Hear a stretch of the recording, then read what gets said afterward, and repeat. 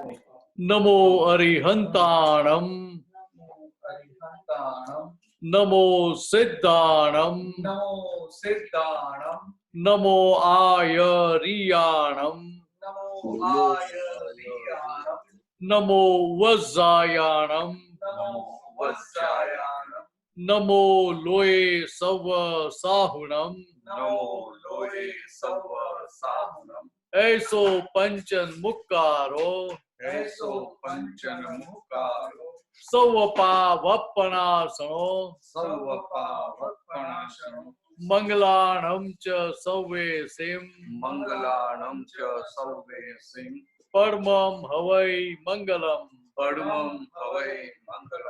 ओम नमो भगवते वासुदेवाय ओम नमः शिवाय जय सच्चिदानंद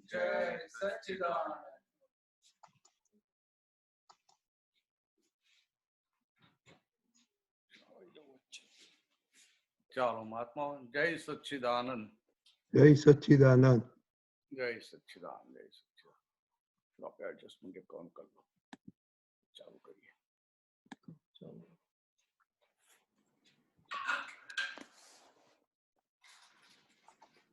महात्मा क्वेश्चन છે કોઈને હા વિનોદ બોલો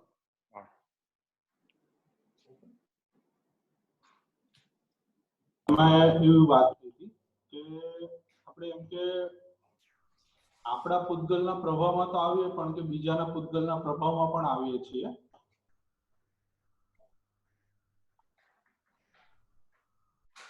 અને એટલે એમાં છે ને જે પૂતગલનો પ્રભાવની જે વાત થઈ એમાં એવું સમજાય છે કે પ્રભાવમાં ક્યારે આવે છે કે જ્યારે એમ લાગે કે ભાઈ આણે મારા કરતા વધારે અચીવ કર્યું છે ધારો કે આગળ કોઈ પણ રીતે નોલેજની બાબતમાં પૈસાની બાબતમાં કે આધ્યાત્મની બાબતમાં મારાથી આગળ છે તો કે એમણે જે કર્યું છે એ પ્રમાણે મારે કરવા જેવું છે તો હું પણ આગળ વધીશ એમ તો એમાં નોલેજ કે પૈસાનું તો અલગ વસ્તુ છે પણ આધ્યાત્મમાં જે આગળ છે ધારો કે આપતો પુત્ર આગળ છે તો પછી એમના પ્રભાવમાં આવી એટલે બરાબર છે કે નહીં જો સાદી સીધી વાત બ્લેક એન્ડ વ્હાઇટ માં સ્ટ્રેટ ફોરવર્ડ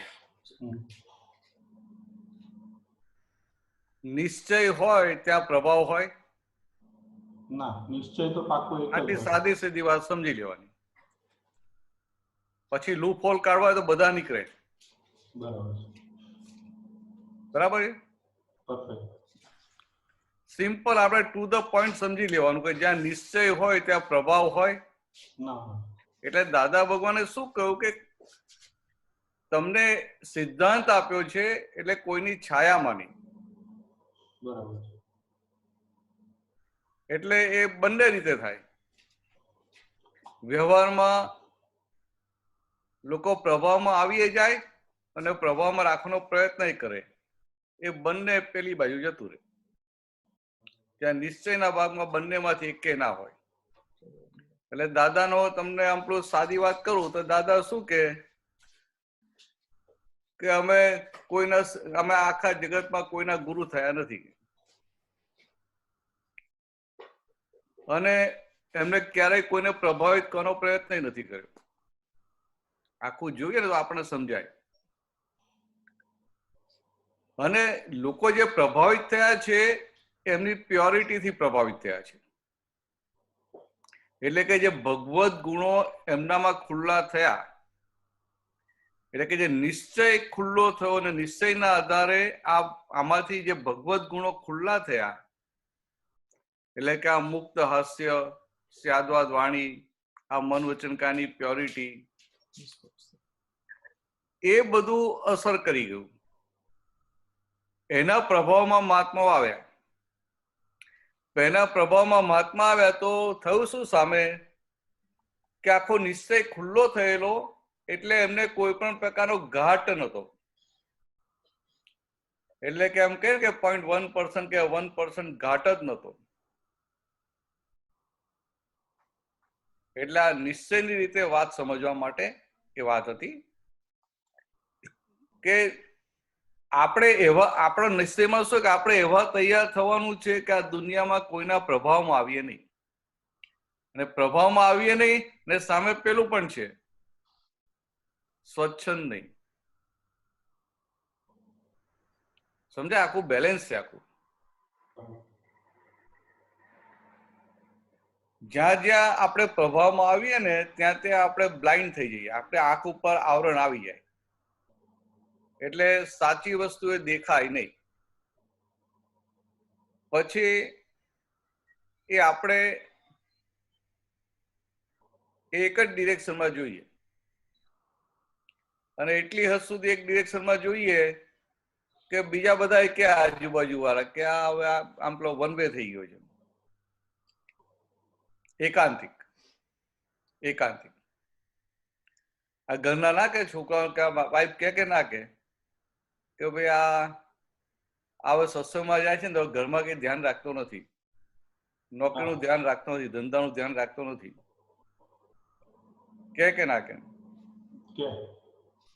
એટલે તારી વાત એમ આમ નોર્મલ જનરલ વાત કરું છું. બધાને કોઈ પણ વ્યક્તિ એકાંતિક થાય એટલે કમ્પ્લેન આવીને ઉભી રહે કે ના ઉભી રહે?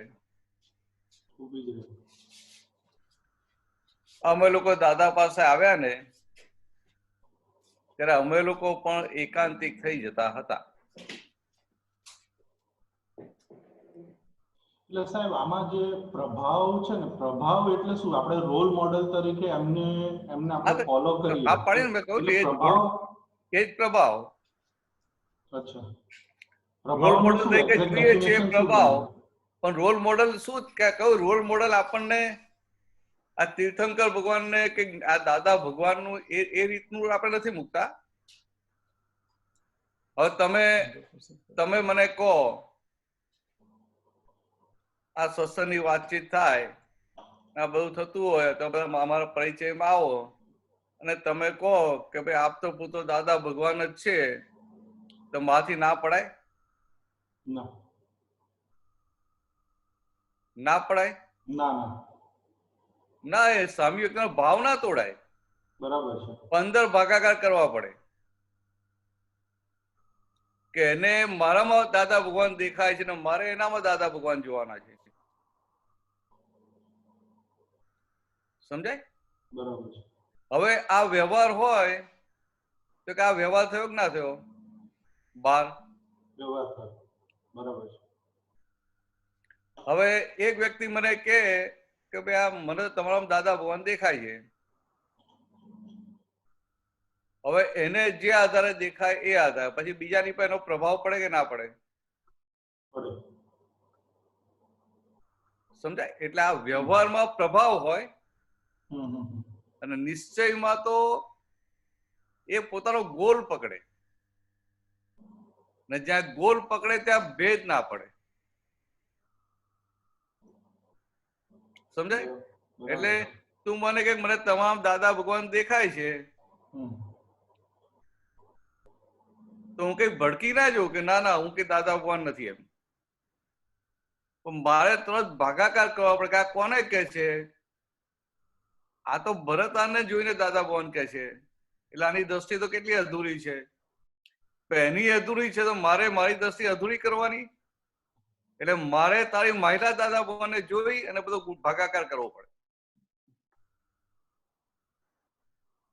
એટલે આ આખી વાત જ આખી બહુ જુદી છે. વિતરાગ માર્ગ, મોક્ષ માર્ગ એટલે પેલું કે ને કે નિશાન ચૂક પણ નીચું નિશાન ના ચાલે. બરાબર છે.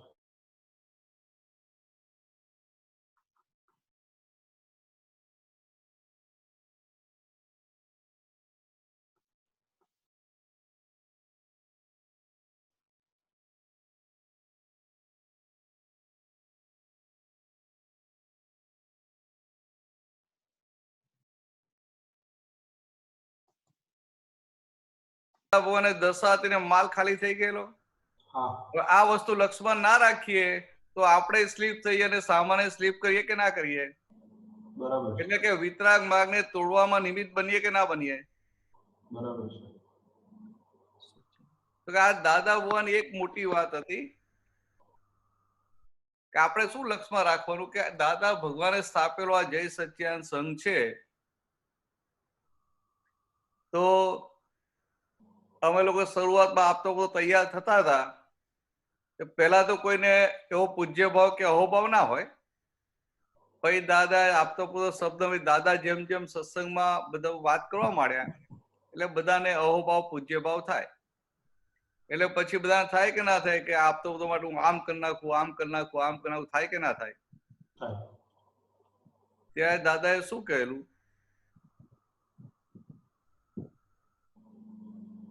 કે આ તો અમે તમને કૃપાથી આપ્યું,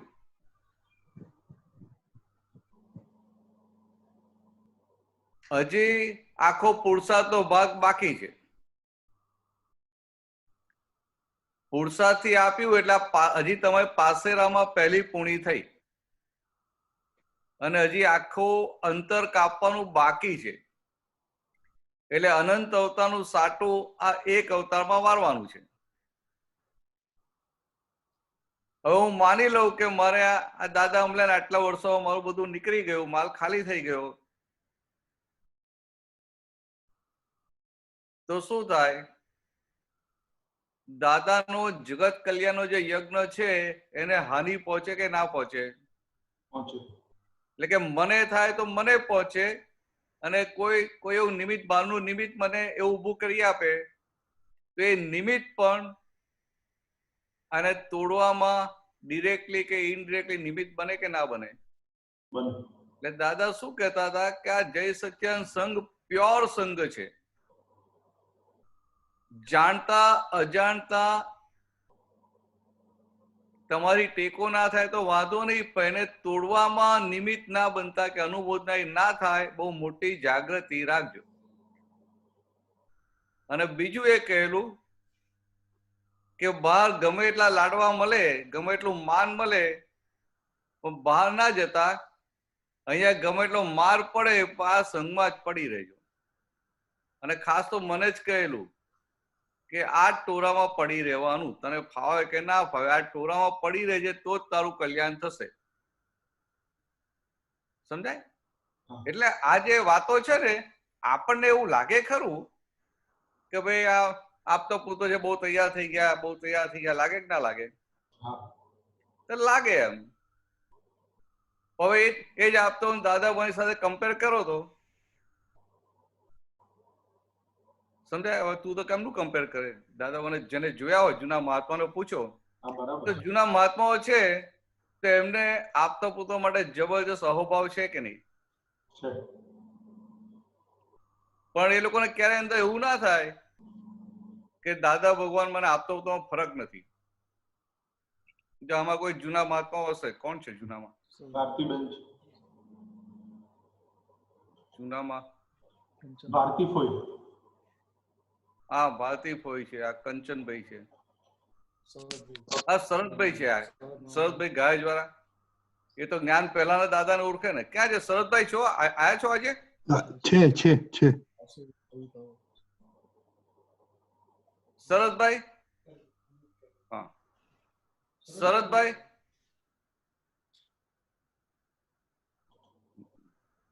એમને પેલું ખ્યાલ નહીં આવતો. આ મોટી ઉંમર કહી દે આપણું ખબર ના પડે ને.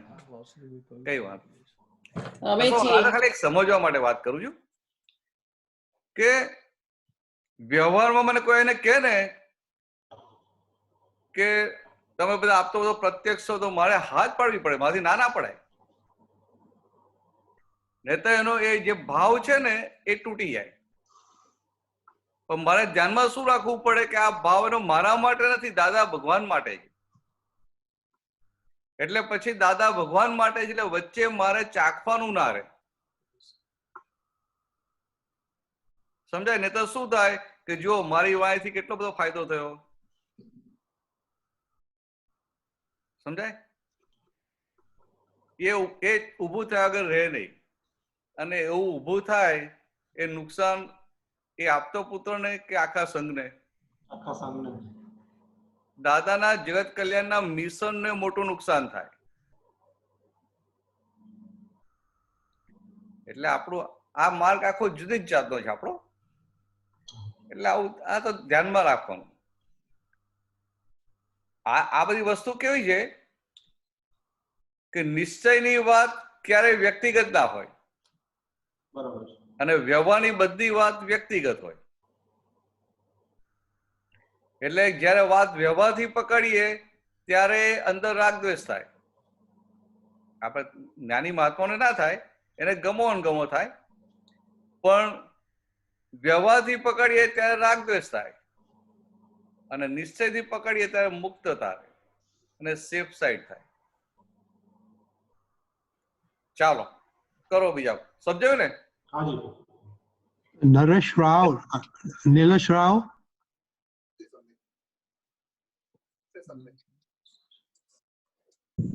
હેલો, જય સચ્ચિદાનંદ. હા, જય સચ્ચિદાનંદ. બોલો. પ્રભુ, મારો એક પ્રશ્ન હતો, બહુ જૂનો છે. દિનેશભાઈ જોડે વાત થઈ હતી. આજે અત્યારના વ્યવહારના બેઝમેન્ટની વાત થઈ છે. એ જ વસ્તુ પર કારણ કે મને થોડુંક અલામડોલી થઈ જાય છે અમુક ટાઈમે. હા, બધું જાણવા છતાંય દાદાની જોડે ખાસી રીતિઓ કરેલી છે, તોય બી સંજોગો ખાસી થઈ જવાય. એની માટેનું ખાસ અત્યારના જે સંજોગ ચાલી રહ્યા છે તમે સીધો મને પ્રશ્ન પૂછો. પ્રશ્ન શું છે? એટલે અત્યારના કોરોનાનું જે ચાલે છે, મારા ઘર પાસે દવાની મેડિકલ દુકાનો છે અને એટલા બધી ભીડ થઈ જાય છે. હવે એની અંદર આજનો જે કેસ છે કે પોઝિટિવ કેસ ફરતો હતો અને મારી સામેની દુકાન વાળો ગભરાઈને દુકાન બંધ કરીને જતો રહ્યો અને એ ખાલી મને હાથ કરીને ગયો કે એને પછી રિયલાઇઝ થયું કે આ રોજ બૂમ પાડતો હતો પણ હું નતો માનતો. એટલે થોડોક ડર ઉપરનું છે. તને ભય ઉભો થાય છે ને? હા, હા, સમજી ગયો. બરાબર. સારું હોય. જો પેલા આપણે વ્યવહારથી થોડી વાત કરી લઈએ. તારા ઘરની નજીક મેડિકલની દુકાનો છે અને ત્યાં દવા લેવા માટે બધા ભેગા થાય છે અને એમાં આ કોરોનાના પેશન્ટ આવી ગયા, પણ તું એમ જો જેને બાજુમાં લાઈનમાં ઉભો છે, બરાબર, તો તું તો એમનાથી દૂર ને દૂર જ છે ને. એટલે આપણને આ જે મેડિકલ વાળાએ જે આપણને જે આપ્યું છે કે ભાઈ આપણે 4 ફૂટથી વધારે દૂર રહેવું, તો તું દૂર જ રહ્યો છે અને બીજી કોઈ તે સંપર્કમાં આવ્યો નથી, એટલે તારે ભય પામવાની જરૂર ખરી?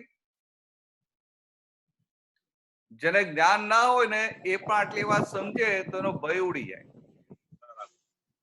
હવે તારા માટે વાત કરું કે બહાર મેડિકલની દુકાન છે, એને દૂર કરવી તારા હાથમાં છે? તારા હાથમાં છે? તો એને ત્યાં એને કરાવડાવી તારા હાથમાં હતું? ના. કોના હાથમાં હતું? ગુજરાત. વ્યવસ્થિત. બરાબર. તો વ્યવસ્થિત તાબામાં હતું ને? તો હવે વ્યવસ્થિત પ્રમાણે ચાલી રહ્યું છે, એને આપણે સ્વીકારવાનું હોય કે એને ખસેડવાનું હોય? સ્વીકારવાનું હોય. હા, એટલે આપણે ખુમારીથી જીવવાનું છે. હવે કે આપણે દાદા મળ્યા, દાદાનું જ્ઞાન મળ્યું, દ્રષ્ટિ મળી, હવે ભાન થયું કે હું શુદ્ધાત્મા છું, બરાબર. તો હવે આપણે શુદ્ધાત્માની ખુમારી ખુલ્લી થાય. એટલે નિલેશે શું કેવું પડે કે ભાઈ જો આપણે બધા પ્રિકોશન લઈએ છીએ, સેફટી માટેનું બધું આપણે સાચવીએ છીએ, અને છતાંય આપણો હિસાબ હોય, વ્યવસ્થિતમાં હોય, તો તમે ગમે એટલી સેફટી રાખો તો ક્યાંક ને ક્યાંક ટચ થઈ જાય અને વાયરસ આવી જાય. અને આપણો હિસાબ નહીં હોય તો કોઈને હાથે લગાવ્યો હશે પણ તરત જઈને આપણે સાબુથી ધોઈ નાખીએ ને પેલો વાયરસ લાગે ને એવું પણ બને. બરાબર છે? હવે આ વ્યવસ્થિતમાં જે છે એને ફેરવવાની તારી તાકાત છે? ના.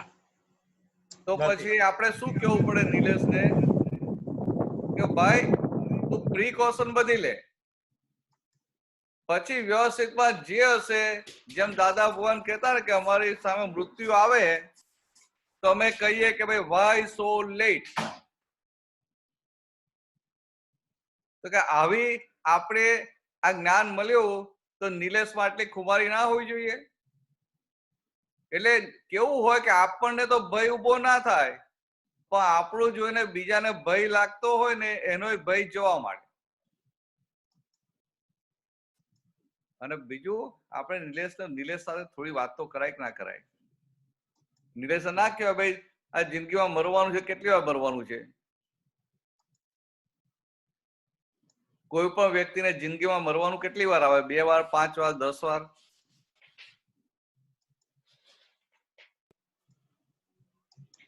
કેમ બોલતો નથી ભાઈ? એક જ વખત આવે. હા, મરવાનું એક જ વાર આવે ને, તો આપણે એક જ વાર મરવાનું છે ને. હા, તો આપણે મળતા સુધી કઈ ખુમારીથી જીવે ને એની કિંમત છે. કેટલું લાંબુ જીવ્યા એ બધાની કિંમત નથી. બરાબર. સમજાય? હા, કેટલું 5 આજ્ઞામાં રહી અને ખુમારીથી જીવ્યા ને એની કિંમત છે. સમજાય છે? એટલે અહીંયા તારે હવે નિલેશને વાત કરવાની કે ભાઈ તમે છાના માના આમ થઈ જશે, આમ થઈ જશે, આમ થઈ જશે, હું આમ કરું, આમ કરું, આમ કરું. ચાલ તું અહીંયાથી ઘર છોડી અને દૂર બીજે ક્યાંક રહેવા જતો રહે. ગામડામાં કોઈ ખેતરમાં રહેવા જતો, કે આજુબાજુ કોઈ ના આવતું હોય, તો તારી સેફ સાઈડ થઈ ગઈ? ના. ત્યાંય કોઈ તને દૂધ આપવા આવે કે શાકભાજી આપવા આવે ને એ વાયરલ લઈને આવ્યો હોય અને તને લાગી ગયો તો શું ઠેકાણું? એટલે આપણે બધી પ્રિકોશન લેવાની. અને હું શુદ્ધાત્મા એટલે નિલેશને કહેવાનું ભાઈ જે વ્યવસ્થિતમાં જે હો તે ભલે હો, અમે એનું સ્વાગત કરવા તૈયાર છીએ. અને પાછું નિલેશે શું કેવું પડે કે ચાલો કે તમને આ કોરોના વાયરસ થઈ પણ ગયો, લાગી પણ ગયો, તમને તાવે આવી ગયો ને પોઝિટિવ આવી ગયું, તો શું પોઝિટિવ આવી ગયું એટલે તમે મરી જવાના એવું ખરું છે? એવું કઈ લખી આપ્યું છે? ના, ના. તો કે આમાં 3% કે 4% બનતા હોય એમાં તારો નંબર લાગશે એની ગેરંટી છે? ના, નથી. તો પછી આ બધો બોજો આપણે લેવાની જરૂર ખરી? ના. એટલે આપણે બોજો લેવાનો તો નહીં, પણ એવું મુક્ત અને આનંદથી રહીએ ને કે આપણી આજુબાજુ વાળા પણ નિર્ભય થઈને જીવે.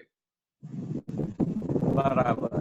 અને કેર બધી લેવાની, કેરલેસ નહીં થવાનું.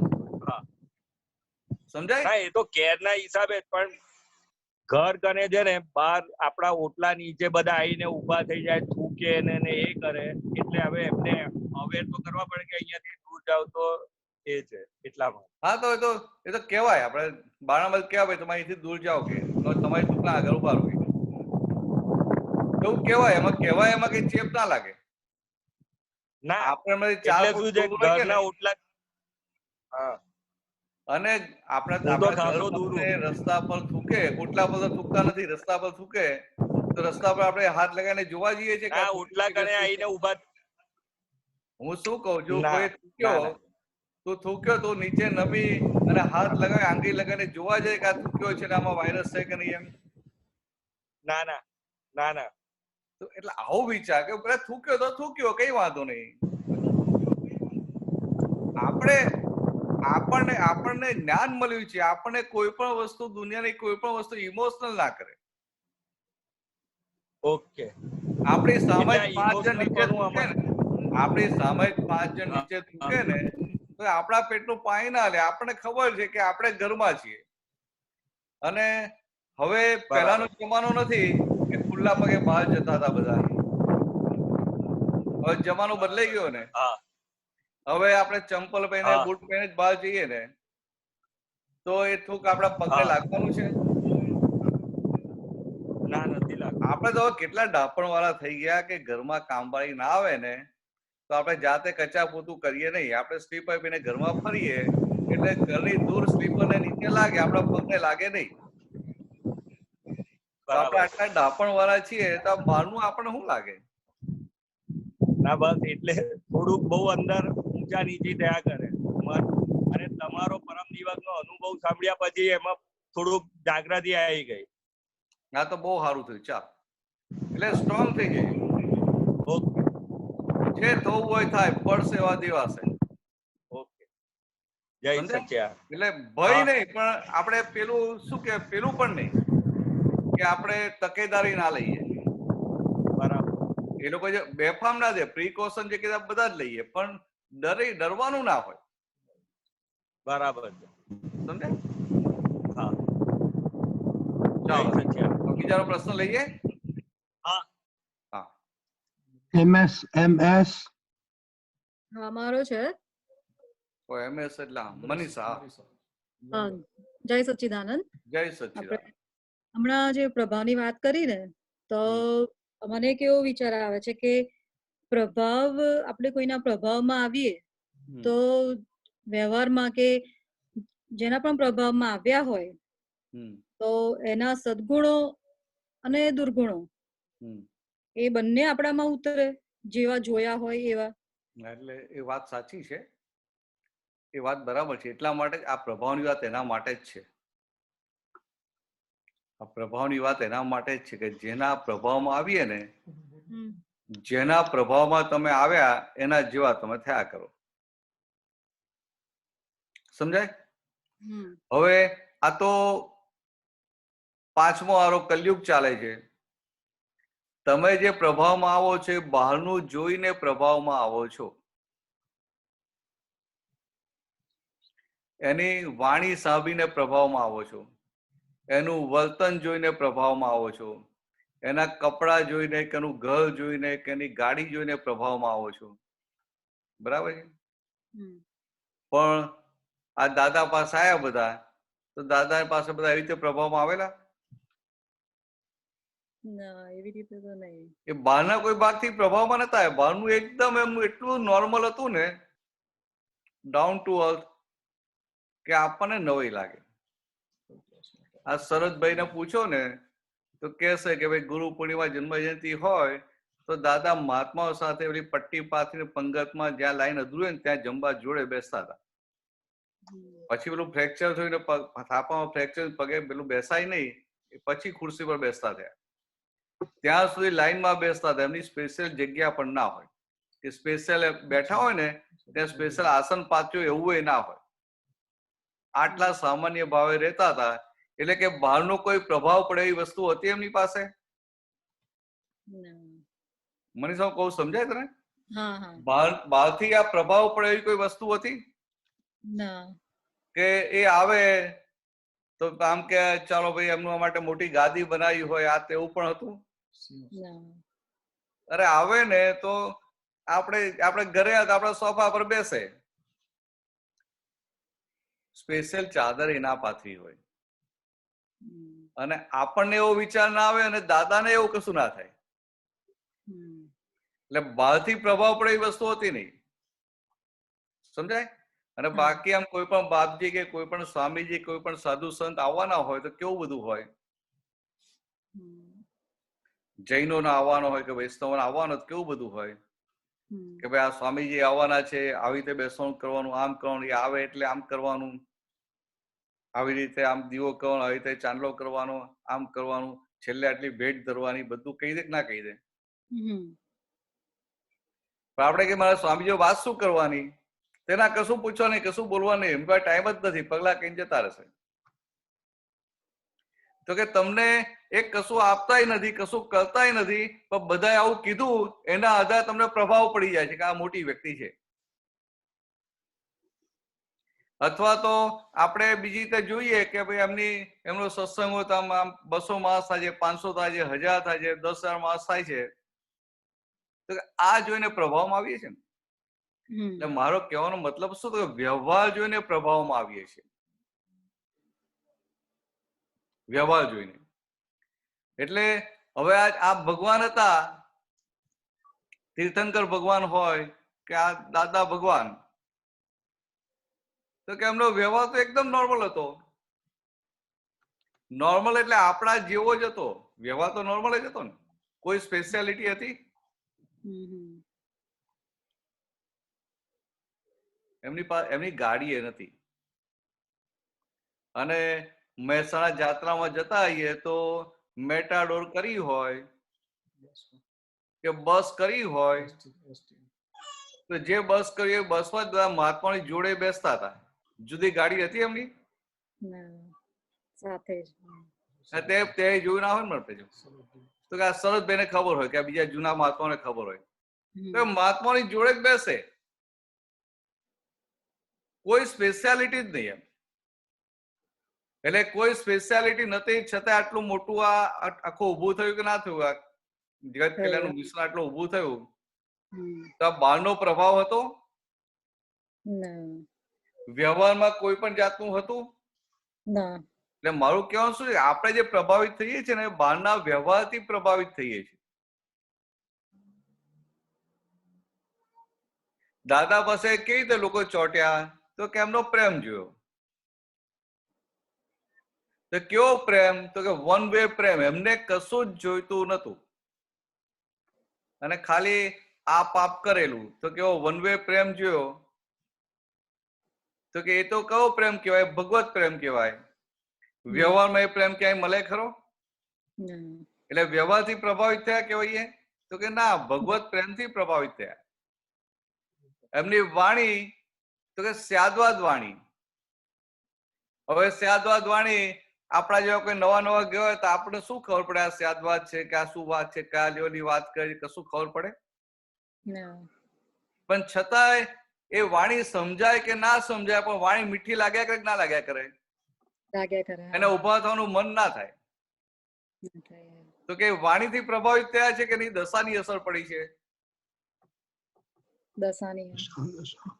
સમજાય? એટલે મારું કહેવાનું આ છે કે આપણે બહાર જે પ્રભાવિત થઈએ છીએ ને એ વ્યવહારથી પ્રભાવિત થઈએ ને વ્યવહારથી પ્રભાવિત થઈએ એટલે પછી આપણે માર ખાવો પડે. એટલે આપણે પછી માર ખાવો પડે.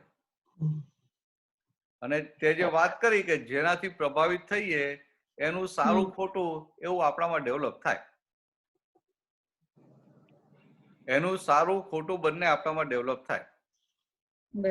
એટલે અને પછી શું થાય કે આપણે એના એટલા પ્રભાવમાં હઈએ કે કંઈક ખોટું પણ થતું હોય, એમના વ્યવસ્થિતમાં કંઈક ખોટું પણ આવ્યું ને તો આપણે બોલી પણ ના શકીએ. અને બોલી ના શકીએ એટલે શું થયું? ખોટાને અનુમોદના આપી કે ના આપી? અને ખોટાને અનુમોદના આપી એટલે આપણે કેટલાય અવતારો સુધી આપણે અંતરાય પડે કે ના પડે? એટલે આવી રીતે છે આખું પ્રભાવની વાત જે છે ને, પ્રભાવિત એટલે દાદા જે કહેતા બહુ સુંદર વાત હતી આખી. એટલે લોકો આખું જગત વ્યવહારથી પ્રભાવિત થાય છે. હવે દાદા હોય તો દાદાનો એવો કોઈ વ્યવહાર હતો કે ભાઈ ચાલો આમ કે જેથી પ્રભાવિત થાય? કોઈને પણ દાદાના દર્શન કરવા જવું હોય તો હવાના 6:30 થી રાતના મોડા સુધી બધા જઈ શકતા ને? જઈ શકતાની વાત તો છોડો, પણ કોઈ મહાત્માને અંદર ખચકાટ પણ ના થાય કે આ ટાઈમે માંથી દાદા પાસે જવાય? એનું કઈ પણ કામ અટક્યું હોય તે વિના સંકોચે જઈ શકે, એના અંદર ભય પણ ના લાગે, અંદર ખચકાટ પણ ના થાય. અને જેને ગયે રહ્યા હોય ને એ પણ એવું ના કે ભાઈ તું અત્યારે ક્યાં આવ્યો? એ કે હા ભાઈ તું આવ બેસ. સમજાય?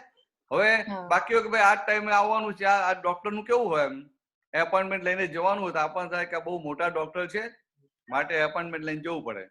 અને પછી એપોઇન્ટમેન્ટ લઈને ગયા હોય તો બીજું કલાક વધારે બેસવું પડે. તો આપણને એવું ના થાય કે આ ડોક્ટર ઠેકાણા વગરનો છે, ટાઈમિંગ આપતા આવડે છે કે નથી આવડતું, આપણો કલાક બગાડે છે, એને આપણા ટાઈમની વેલ્યુ નથી તો એને એના ટાઈમની શું વેલ્યુ હોય? એવું વિચારીએ આપણે પ્રભાવિત થઈ જવો, ઓહો આ તો કેટલો મોટો ડોક્ટર છે કે એપોઇન્ટમેન્ટ આપીને તો મારે કલાક બધા બેસવું પડ્યું. આ સમજવા માટે વાત કરું છું. આપણે કઈ કોઈનું નેગેટિવ નથી, એમ સમજવા માટે. એટલે આપણે આવી રીતે પ્રભાવિત થતા આવીએ. અને એમાં બધા બે જણ કે અરે આ તો બહુ મોટા ડોક્ટર, બહુ મોટા ડોક્ટર, આપણે થાય બહુ મોટા ડોક્ટર. આપણે શું સમજ પડે ખરી? કશો સમજણનો કક્કોય ના હોય. બે જણ કે એટલે આપણે લાગે હા બહુ મોટા ડોક્ટર, બહુ મોટા ડોક્ટર. જયારે દાદા પાસે એ દાદા પાસે આવે ને, સત્સંગ ચાલતો હોય એને ખબર ના પડે શું સત્સંગ ચાલે છે. પણ એટલું ખરું કે એ સ્યાદવાદ વાણી એને અંદર સોંસરી ઉતરી જાય, અંદર કામ કર્યા કરે. પણ એને પૂછ્યું હોય કે આજે શું સત્સંગમાં વાત થઈ, તો આમ 2-3 કલાક સત્સંગ ચાલ્યો તો 1-2 મિનિટમાં કહી દે આટલું આટલું થયું. બીજું બધું રામ ટાઈમ બધું પણ અંદર ઉતરી ગયું હોય, ઉપરથી ના ગયું હોય. વ્યવહારમાં કહેવાય કે ઉપરથી ગયું, એને સમજાયું નહીં. પણ એ જે સ્યાદવાદ વાણી છે એટલે અંદર સોંસરું ઉતરી જાય, હૃદયમાં ઉતરી જાય, અને જયારે સંજોગ આવે ને ત્યારે કામ કરે, ત્યારે બહાર આવે. કે આ બહારનો કોઈ પ્રભાવ હતો તો કે નહીં. એટલે આ રીતે કહું કે પ્રભાવિત આપણે નિશ્ચયનો ભાગ હોય ત્યાં પ્રભાવ ના હોય, વ્યવહારમાં જ પ્રભાવિત હોય. એટલે આ વ્યવહારનો ગુણ થયો કે ના થયો? અને વ્યવહારનો આ ગુણ નુકસાન કરે કે ફાયદો કરે? નુકસાન કરતા છે. એટલે આ દાદા ભગવાનની વાત છે, આપણી વાત નથી. આ સમજાય? હવે આ વાત વ્યવહારમાં કોઈને કરાય? વ્યવહારમાં ના કરાય. આ તો આપણે મોક્ષ માર્ગ પર જઈ રહ્યા છીએ એટલે ખાલી આપણે એક સમજવા માટે વાત છે. સાચી વાત તો સમજવી પડે કે ના સમજવી પડે?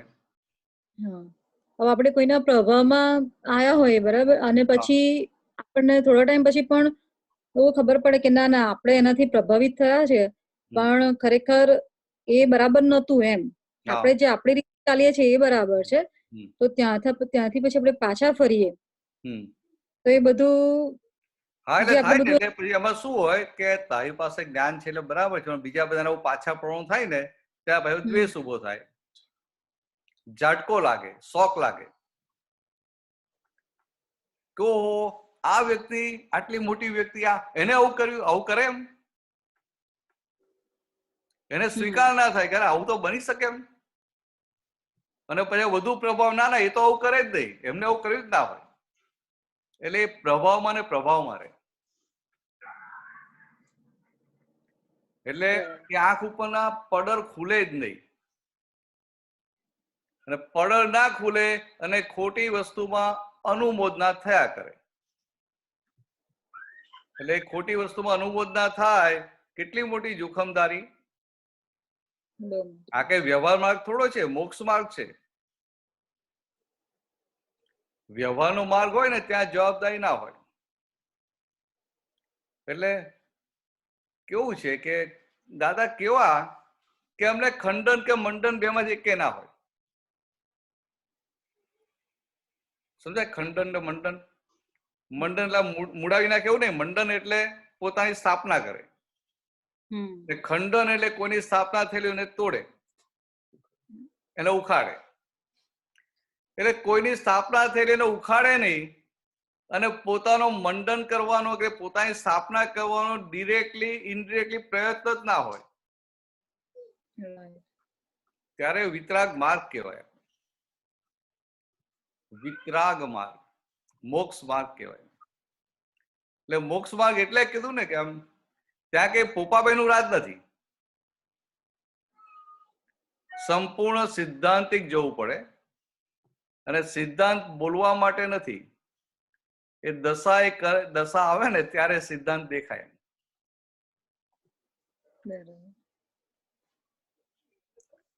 આ તારા કોઈ તું આ જોબ કરે હોસ્પિટલમાં, ત્યાં કોઈ ડોક્ટર સિનિયર ડોક્ટર હોય અને બધા પેલો ડાયગ્નોસિસ બહુ સરસ કરતા હોય તો તને તું એના પ્રભાવ તને અંદર અહોભાવ તો થાય ને કે આવું તો આપણે થવાનું રે, વાંધો નથી એનો. પણ પછી તને 2-5 વર્ષ ખબર પડે કે આ ડોક્ટર તો આવી રીતે આમ કર્યું આમ કર્યું આમ કર્યું, તો તને શું થાય? આટલા સારા એને આમ કર્યું. રાઈટ છે. એટલે પછી એ વ્યવહારમાં જ્યારે પ્રભાવમાં ત્યારે રીતે રાગદ્વેષ થાય.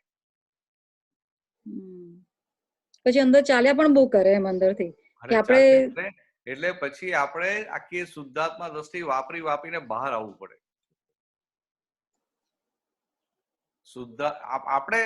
આપણે શું છે, આ મોટા મોટી ભૂલ જ આ થાય છે કે આપણે બીજાના કહેવાથી કે બીજાના જોવાથી પ્રભાવમાં આવીએ. દાદા ભગવાને શું શબ્દ વાપરેલો કે જગત કેવું હોય તો કે આ બાપજીના દર્શન કરવા જઈએ તો બાપજી રૂમમાં બેઠા હોય ને બહાર કે 2, 3, 4, 5 માણસો બેઠા હોય તો બહાર તમને અડધો કલાક બેસાડે. એમાં પછી બીજા બધા એના બાપજીના માણસ હોય બધા વાતો કરતા હોય, અરે બાપજી તો આવા આમ છે, આવા સિદ્ધ છે, આવું છે, આમ છે, તેમ છે, એ બધી વાતો કરે. પેલાને અડધો કલાક બેસાડે, બીજાની વાતો સાંભળે એટલે એને થાય કે હવે કંઈક બાપજી છે. એટલે પછી રૂમ ખોલીને અંદર જ્યાં મળવા જાય તો સીધો પગમાં પડે કે ના પડે? કેમ પગમાં પડે છે? પ્રભાવિત નહીં, એને અંદર લાલચ છે માટે પ્રભાવમાં આવી ગયો. સમજે? આ રૂટ બતાવ્યું. વ્યવહારમાં તમે કોઈથી પણ પ્રભાવિત ક્યારે થાવ? લાલચ છે કંઈક માટે. અને નિશ્ચયની તો આખી વાત જ જુદી. નિશ્ચય પ્રભાવિત થયા વગર સદગુણો કેવી રીતે આપણે જોવા? એવું નથી કેતો, આ તો ખાલી આ સમજવા માટે. તારે તો ક્યાં પ્રોબ્લેમ રહ્યો હવે? ના, એટલે ખાલી એક જનરલ પૂછું છું કે તું ખાઈ પીને જલસા કર ને હવે.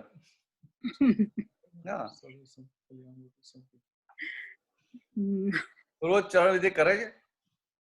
હમણાં નથી થતી. ના, હમણાં નથી થતી. એટલે હમણાં કામ પર જાય છે? હા, કામ પર જાય છે. ચાલુ કર્યું કામ પર જવાનું? હા, ચાલુ છે. કેટલા વાગે જવાનું?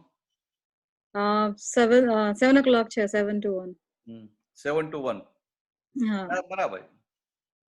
એટલે ચરણ વિધિ, હા, એટલે મારી તને ના કહેતું ચરણ વિધિ કરતી નથી, મારી તને કશું ના કહેવાય. પણ ચરણ વિધિ કરતી હોય તો મારાથી કહેવાય કે ભાઈ એમાં તું શક્તિઓ માગે છે કે બધા મહાત્માઓના સર્વોત્કૃષ્ટ સદગુણો મારામાં ઉત્કૃષ્ટપણે સ્ફુરાયમાન થઈ એમને શક્તિવંત બનાવો, શક્તિવંત બનાવો, શક્તિવંત બનાવો. તો કે આ બધી શક્તિઓ માગે મહાત્માઓ પાસે, દાદા પાસે, તો આપણે હાર્ટીલી હૃદયથી શક્તિઓ માગીએ એટલે અંદર નિશ્ચય થાય કે ના થાય? નક્કી પણ થાય કે ના થાય? નક્કી પણ થયું હોય એટલે પછી એનાથી એ નક્કી પ્રાણે તોડી નાખે એવી જે બધી વીકનેસો હોય, એવા બધા જે નેગેટિવ સંજોગ હોય આપણને દેખાય કે ના દેખાય? એટલે એવી રીતે આખી પ્રગતિ થયા કરે. બરાબર. ચાલો બીજો પ્રશ્ન લઈએ. આપણે રૂપા ત્રિંબાડિયા. રૂપા. હા, રૂપા ટીમ્બાડિયા. ચાલો.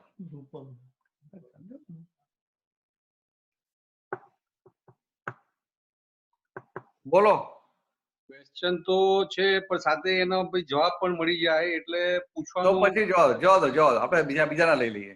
હા, ટાઈમ ઓછો છે આપણી પાસે. હા, એટલે વાંધો નહીં. હા, 15 મિનિટ રહી ને હવે એટલે. હા, ઓકે. જવાબ મળી ગયો એટલે આગળ વધી જાવ. હા. ચાલો બીજા કોણ? સુમિત્રા પંચાલ. હા, સુમિત્રાબેન બોલો. જય સચ્ચિદાનંદ સંઘ એ 25માં તીર્થંકર છે. કોણ? સંઘ. સંઘ. હા, સંઘ. તીર્થંકર. હા, તો શું કરવું છે? એ જરા સમજવું છે. 25માં તીર્થંકર એટલે એ કઈ રીતે કહ્યું? એ ભગવાન મહાવીરે કહેલું કે સંઘ એ 25મો તીર્થંકર છે. એમને એમના જમાનામાં વાત કરેલી. કેમ? તો ભગવાન મહાવીર જાય પછી શું થયું કે પછી જંબુ સ્વામી સુધી કેવળ જ્ઞાન રહ્યું અને પછી કેવળ જ્ઞાન રહ્યું નહીં. પછી બધા શ્રુત કેવલી રહ્યા. એટલે આખો જે મહાવીર ભગવાન દ્રષ્ટિ પામેલા, મહાવીર ભગવાન પછીના બધા એમના થકી જે દ્રષ્ટિ પામેલા, સમ્યક દ્રષ્ટિ પામેલા જીવો હોય તો એ બધા અલગ અલગ ડિરેક્શનની બધાની વિઝન ખુલ્લી હોય કે ના હોય? કોઈની આ 1 ડિગ્રી ખુલ્લી હોય, કોઈની 2 ડિગ્રી ખુલ્લી હોય, કોઈની 45 થી 50 ની ખુલ્લી હોય, ને કોઈની 8 કે 360 ડિગ્રી ખુલ્લી થાય કે ના થાય? બધાની ભેગી કરે એટલે એ રીતે કહ્યું કે સંઘ એ 25મો તીર્થંકર છે. સંઘપતિ નહીં. એ લોકો સંઘપતિ કરી નાખ્યું ભાઈ. એક સ્ટેટસ થાય ને આખું. એટલે સંઘ એટલે કે સંઘ એટલે આખો એક દ્રષ્ટિ વાળા જીવોનો સમૂહ. એક 10મી વાળા, હા.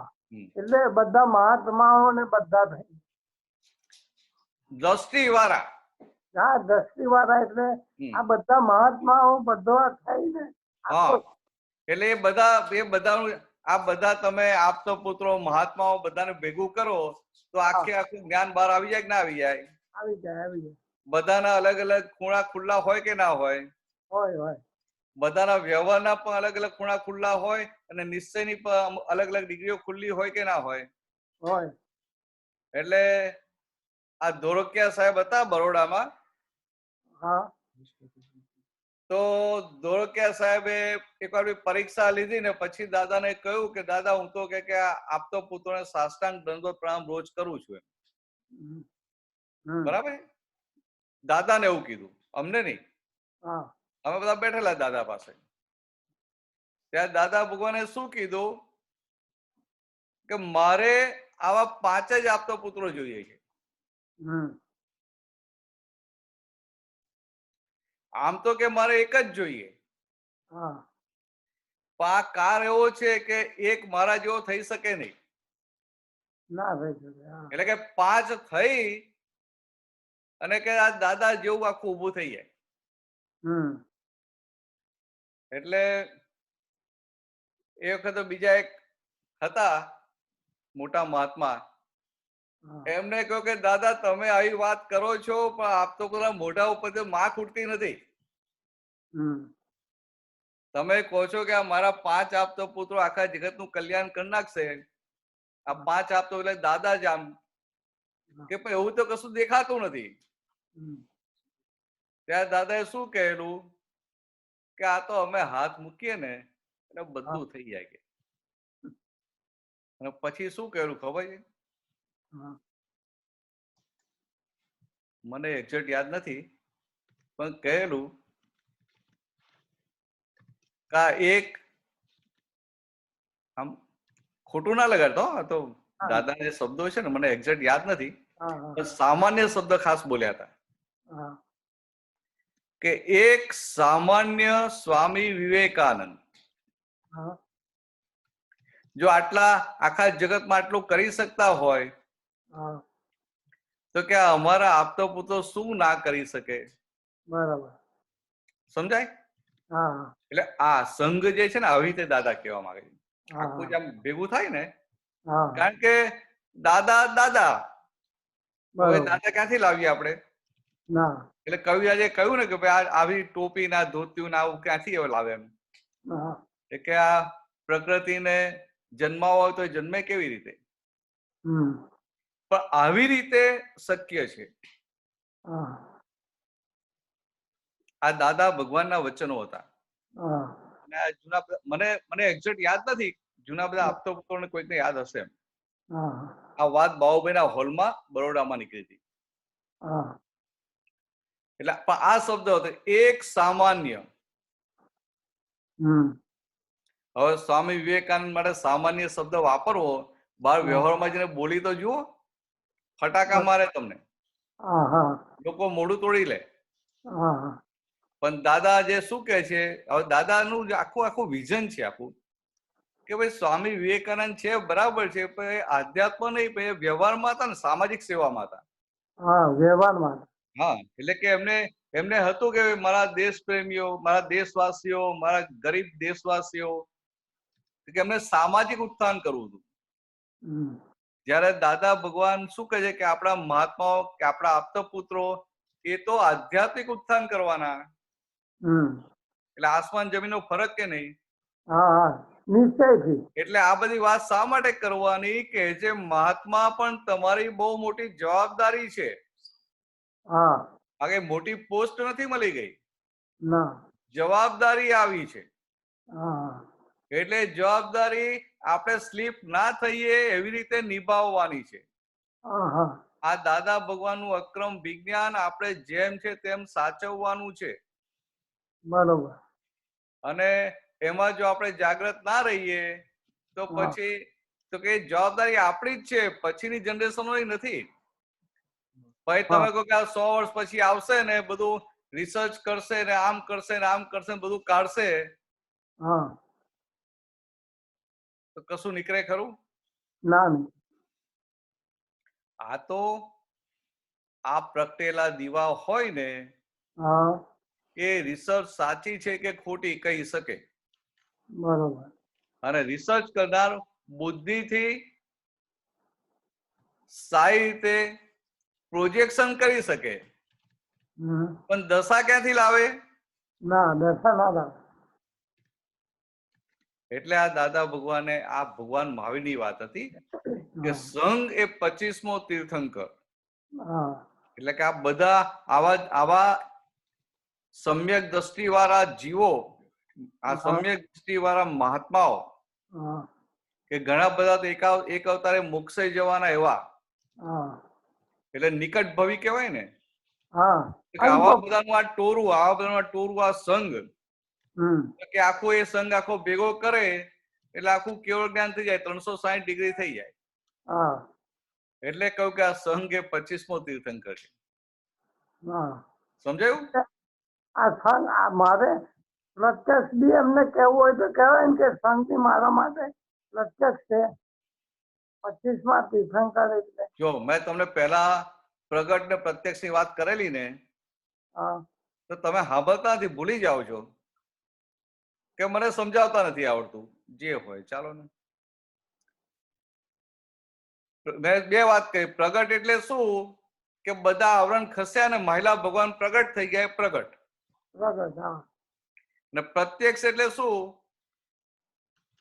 કે આ દેહ સાથે હાજર છે. હા દેહ સાથે હાજર.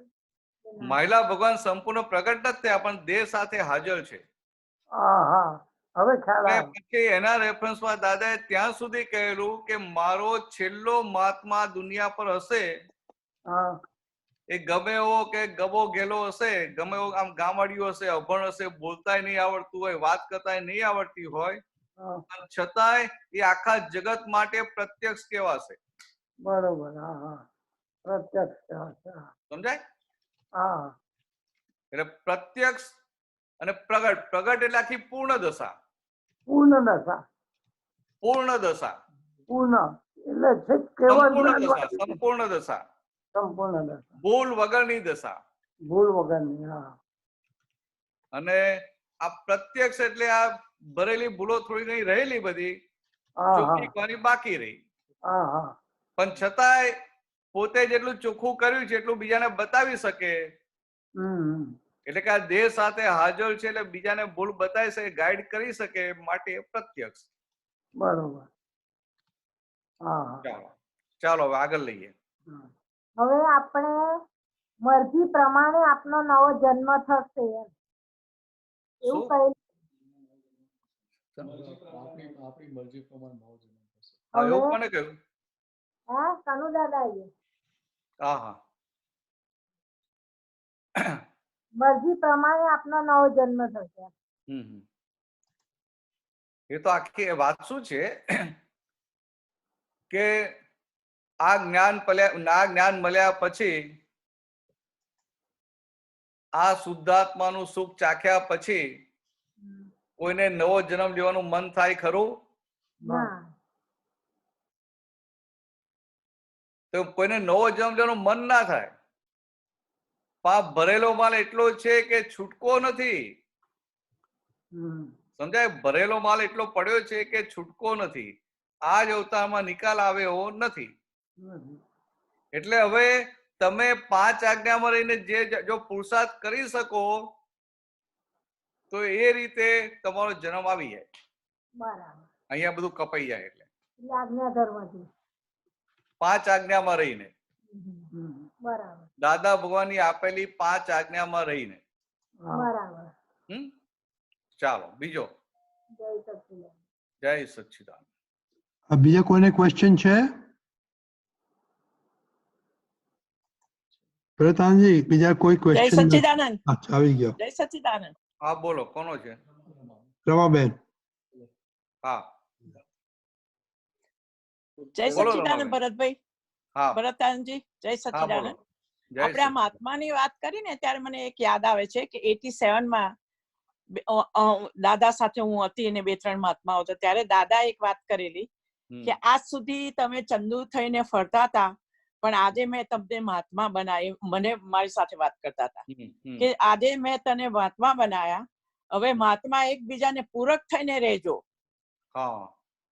એક મહાત્મા જો કંઈક પણ એવી દશામાં કંઈક નીચે આવે તો એને ઉચકી લેજો. યુ નો, આ વાત કરેલી, પૂરક થઈને રહેજો એવી વાત કરેલી. બરાબર. તો હવે તમે એના વિશે એટલે એકદમ સાચી વાત છે. એટલે પૂરક એટલે કેવી રીતે? તો કે આપણે બે વસ્તુ થઈ, નિશ્ચય અને વ્યવહાર. બરાબર બરાબર. નિશ્ચય અને વ્યવહાર. હવે વ્યવહારનો ભાગ છે તો કે વ્યવહારના ભાગમાં ભૂલો થાય કે ના થાય? થાય. મહાત્મા થયા તો એ ભૂલો થાય કે ના થાય? થાય ને, થાય. ભૂલો થાય. તો કે આ ભૂલો થાય, હવે એ ભૂલ થાય ને એને આપણે ભૂલ વાળો જોઈએ એટલે આપણને ભેદ પડે. એટલે આપણે એને એની પ્રગતિમાં પૂરક ના થઈ શકીએ. બરાબર. સમજાય? એની પ્રગતિમાં એટલે આપણે પ્રગતિ કહો એને એકબીજાને પૂરક ના થઈએ. એટલે આપણું કામ શું છે? તો કોઈ પડ્યો તો એને ઊભો કરી અને ચાલતો કરવાનો. પછી બધું પોસ્ટમોર્ટમ નહીં કરવાનું. કેમ પડી ગયો, કેમ ધ્યાન ના રાખ્યું, આમ કર્યું, તેમ કર્યું, બીજી બધી વાત નહીં. કારણ કે જે પડ્યો એને ખબર તો છે કે હું પડ્યો. બરાબર. મારી કઈ વીકનેસ લઈને પડ્યો એને ખબર નથી? છે. એટલે આપણે ખાલી એને આગળ ચાલવા માટે ટેકો આપવાનો. કે આ મહાત્માઓ આવી રીતે એકબીજાને પૂરક થાય. બરાબર. બીજું કેવું છે? ટેકો આપવાનો એટલે શું? તો કે બીજું કશું કે આપણે હાથ પકડવાનો એવું નથી, પણ આપણે અંદર આ રીતે પોઝિટિવ રહ્યા એટલે મોટામાં મોટો ટેકો મળ્યો. બરાબર. બાકી વ્યવહારથી કોઈ કોઈને ટેકો આપી શકે ખરો? ના.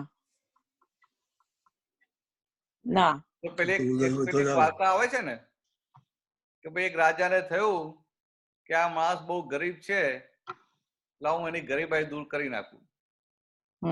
જઈને પેલું સોના મોર ભરેલો ઘડો એના ઘરમાં જઈને મૂકી આવ્યો.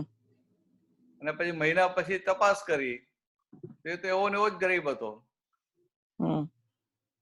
તો એને પછી તપાસ ભાઈ શું થયું? તો પેલા એને પૂછ્યું, તારા ત્યાં સોનામાનો ઘડો? હા કે હતો ને કે. તો તે સોનામાનો વેચીને બધું આમ આપણા સુખ ભોગવ્યા નહીં આમ? તો કે ના, કે હું ઘડો લઈને ત્યાં શહેરમાં વેચવા જતો હતો સોનામાનો, તો રસ્તામાં ચોરોએ મને લૂંટી લીધો કે. એટલે આ દાખલો શું કહેવા માંગે છે કે કોઈ કોઈના વ્યવસ્થિતમાં દખલ કરી શકે ખરું? ના કરે. પણ આપણા તરફથી પોઝિટિવ સ્પંદનો હોય કે ના હોય? હોય ને. સંપૂર્ણ પોઝિટિવ રહી શકીએ કે ના રહી શકીએ? રહી શકીએ. રાઈટ. તો આ ભાગ આપણો આ રીતે પૂરક થવાનું છે. પછી એના ઉદયમાં હોય કે ના હોય એ આપણે નહીં, રાઈટ, પણ આપણો ભાવ પૂરો હોય. આપણા ઉદય નથી દેખાતા તો લોકોના ક્યાં જોવાના? કઈથી દેખાવાના? વાત સાચી છે. Right right right. અને સિદ્ધાંત નિશ્ચયની રીતે કેવું હોય? આપણને અભેદ દ્રષ્ટિ હોય. કોઈ મહાત્માથી ગમે એ ભૂલ થઈ, ગમે તે હોય ને, પણ છેવટે દાદા ભગવાનનો મહાત્મા છે. સમજાય? તો કે એને આ શુદ્ધાત્મા પદની પ્રાપ્તિ થયેલી છે. એટલે વ્યવહારમાં ગમે એટલી પછાડ ખાધી હોય પણ પાછો 2, 4, 5 જન્મ ઉપર આવતા વાર લાગે ખરી? ના લાગે. ના લાગે. એટલે આવી રીતે પોઝિટિવ દ્રષ્ટિ રાખવાની જ્યાં ને ત્યાં. બરાબર. એટલે પૂરક થવું પડે. પૂરક થવું પડે. એટલે આમ કેવું છે કે આપણે મહાત્માનું ટોરું હોય તો કોઈ મહાત્મા જયારે કાચો પડતો હોય તો સાચવીને વાતે કરાય કે ના કરાય? કરાય ને. કરાય. સાચવીને એને ભેદ ના પડે અને એના ગુરુ થઈને નહીં પણ શિષ્ય થઈને વાત થાય કે ના થાય? થાય. તો તો કઈ રીતે વાત કરીએ અને એનો પુણ્યનો યોગ હોય ને તો આપણી વાત પહોંચી જાય અને ટર્નિંગ પોઈન્ટ આવી જાય. અને ભારે પાપના ઉદય હોય તો નાય પહોંચે, એવું એ બને. બરાબર. પણ આપણે લઘુ થઈને વાત કરવી પડે તો આપણે પૂરક થયા કેવાય. બરાબર. ચાલો બીજો પ્રશ્ન હવે. કયો ટાઈમ કેટલો છે? 6 વાગ્યા ને. જય સચ્ચિદાનંદ. જય સચ્ચિદાનંદ. હા બોલો. પ્રધાનજી બીજો ક્વેશ્ચન નથી કોઈનો. રજનીભાઈ છે કોઈ પ્રશ્ન? ના, નથી ક્વેશ્ચન. ના હોય તો આપણે ટાઈમે બંધ કરી દઈએ છીએ. જય સચ્ચિદાનંદ. હા આવ્યો છે, આવ્યો મુનિજીનો. ના કોઈ અચ્છા પેલા સિદ્ધ મુનિનો છે. હા બોલો. जय सच्चिदानंद. आप बोलिए बोलिए. हाँ मेरा प्रश्न ये कि तो हमारे 6 द्रव्य हुए ना? 6 द्रव्य. हाँ जी. तो 6 द्रव्यની जो अवस्था છે उसमें जो अपना आकाशास्तिकाय और पुद्गलास्तिकाय इनके बारे में थोड़ा समझना चाहते थे. फरी बोलूं? वापस क्वेश्चन पूछ. धर्मास्तिकाय और अधर्मास्तिकाय के बारे में जानना चाहते हैं. जी हाँ.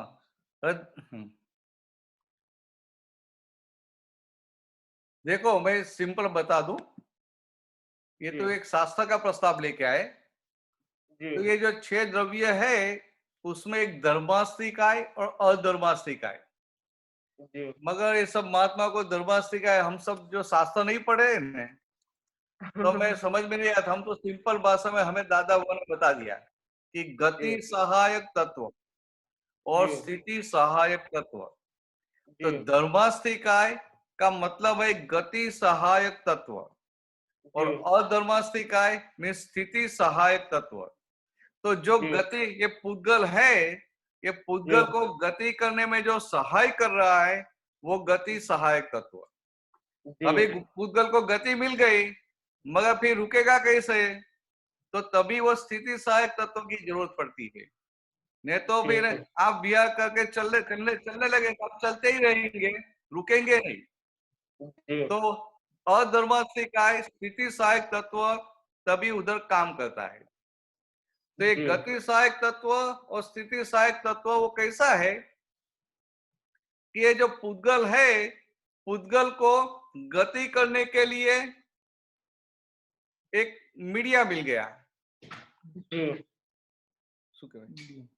एक सॉरी मीडियम मिल गया, माध्यम मिल गया. माध्यम जैसे ये पक्षी है, बर्ड है, तो हवा में उड़ते हैं ना. तो हवा ये जो माध्यम हो गया, ऐसे गति सहायक तत्व पुद्गल को गति करने में एक माध्यम बन जाता है. ऐसा स्थिति सहायक तत्व है. 2 प्रकार के तत्व है. मगर सिद्ध मुनि हमें तो ये सत्संग है ना, हमें इसलिए करने का है कि हमें 5 आज्ञा में मजबूत होना है. हमारी 5 आज्ञा में रहने का निश्चय पक्का हो जाए और दिन प्रतिदिन हम 5 आज्ञा में ज्यादा रहने लगे, उसके लिए सत्संग है. बाकी शास्त्र की बहुत सारी बातें वो तो पढ़ लेंगे, सुन लेंगे, मगर 5 आज्ञा में रहने से भीतर की दशा, अंतर दशा खुली होगी, आत्म दशा खुली होगी. तो मेन ये है कि 5 आज्ञा. तो दादा भगवान ने जो 5 आज्ञा दिया है ने, तो ये सत्संग सुनते सुनते समझते समझते 5 आज्ञा फिट हो जाती है. और वो फिट हो गई तो हम कितने स्टेप मोक्ष मार्ग में ऊपर चढ़ जाते. जैसे गुणस्थान चढ़ते ने ऐसे कितने पगथिया ऊपर चढ़ जाते. और एक समझने के लिए बराबर है कि ये गति सहायक और स्थिति सहायक. तो ये माध्यम है, माध्यम. ख्याल में पक्षी को उड़ना है, पक्षी को उड़ना है तो हवा का माध्यम चाहिए. वैक्यूम है, आकाश है, तो आकाश में पक्षी उड़ नहीं पाएगा। जी तो माध्यम क्या करता है? गति में सहाय करता है। जी। गति सहायक तत्व, आज ऐसा ये सहायक तत्व। आज ये चर्चा चल रही थी, इसलिए बातचीत में आई बात।